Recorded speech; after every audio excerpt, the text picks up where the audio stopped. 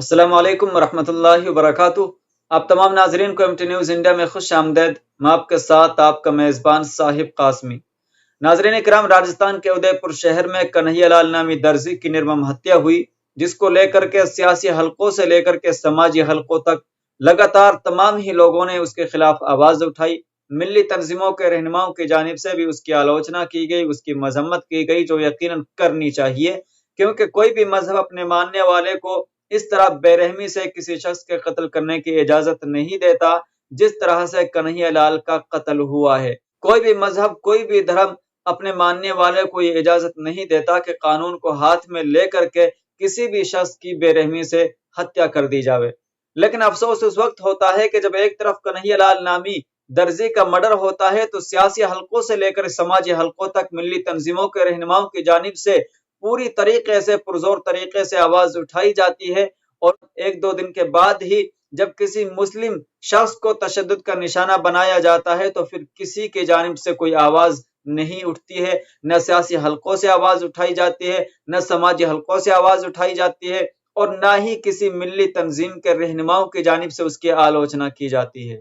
मैं बात कर रहा हूं नाजरीन इकराम आज की इस वीडियो में कर्नाटका की, जहां पर एक मस्जिद के मुतवल्ली पर जानलेवा हमला हुआ है। जी हां, मगरिब की नमाज पढ़कर के जब वो अपने घर लौट रहा था तो उस पर जानलेवा हमला हुआ। एक संघी परिवार से ताल्लुक रखने वाले एक शख्स ने उस पर जानलेवा हमला किया। आप स्क्रीन पर ये देख सकते हैं, ये समीउल्लाह नामी शख्स की फोटो है जिस पर जानलेवा हमला हुआ है। लेकिन अच्छी बात यह रही कि जान इस हमले के अंदर नहीं गई, उन्हें हॉस्पिटल मुंतकिल कर दिया गया।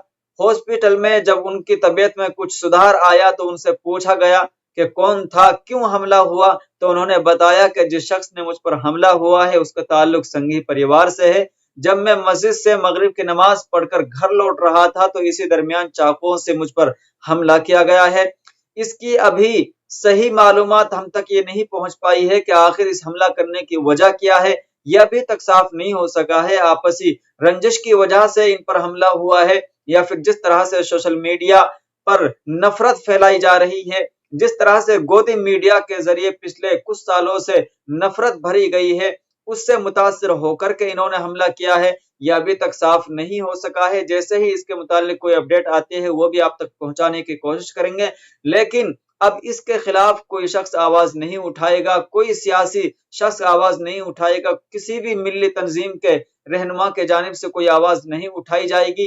अगर हम बात करें गोदी मीडिया की तो उसमें आवाज उठना तो बहुत ही मुश्किल है, क्योंकि गोदी मीडिया में तो उसी खबर की आवाज उठाई जाती है जिसमें माल मसाला हो, जिसमें तड़का लग सकता हो, जिसमें हिंदू मुस्लिम का भगार लग सकता हो, उसी को गोदी मीडिया उठाती है। क्योंकि इसमें जिस पर हमला हुआ है वो मुस्लिम है, जिसने हमला किया है वो एक संघ परिवार से ताल्लुक रखता है, तो भला गोदी मीडिया इस खबर को किस तरह से चला सकता है।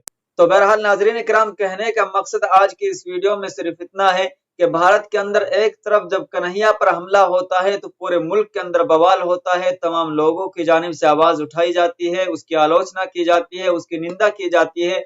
और उसी मुल्क भारत में जब किसी मुस्लिम शख्स पर हमला होता है, किसी मुसलमान शख्स की मॉब लिंचिंग होती है, किसी मुसलमान को तशद्दुद का निशाना बनाया जाता है, तो फिर उसी मुल्क के किसी भी सियासी हलके से, किसी भी समाजी हलके से कोई आवाज नहीं उठाई जाती, जो यकीनन पूरे मुल्क के लिए, मुल्क वासियों के लिए बहुत ही अफसोसनाक है।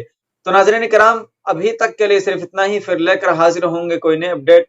अभी तक आपने हमारे चैनल एमटी न्यूज़ इंडिया को सब्सक्राइब नहीं किया है तो चैनल को सब्सक्राइब जरूर कर ले, ताकि हमारी हर नई अपडेट सबसे पहले हो आपकी मोबाइल स्क्रीन पर। अस्सलाम वालेकुम रहमतुल्लाहि व बरकातुहू।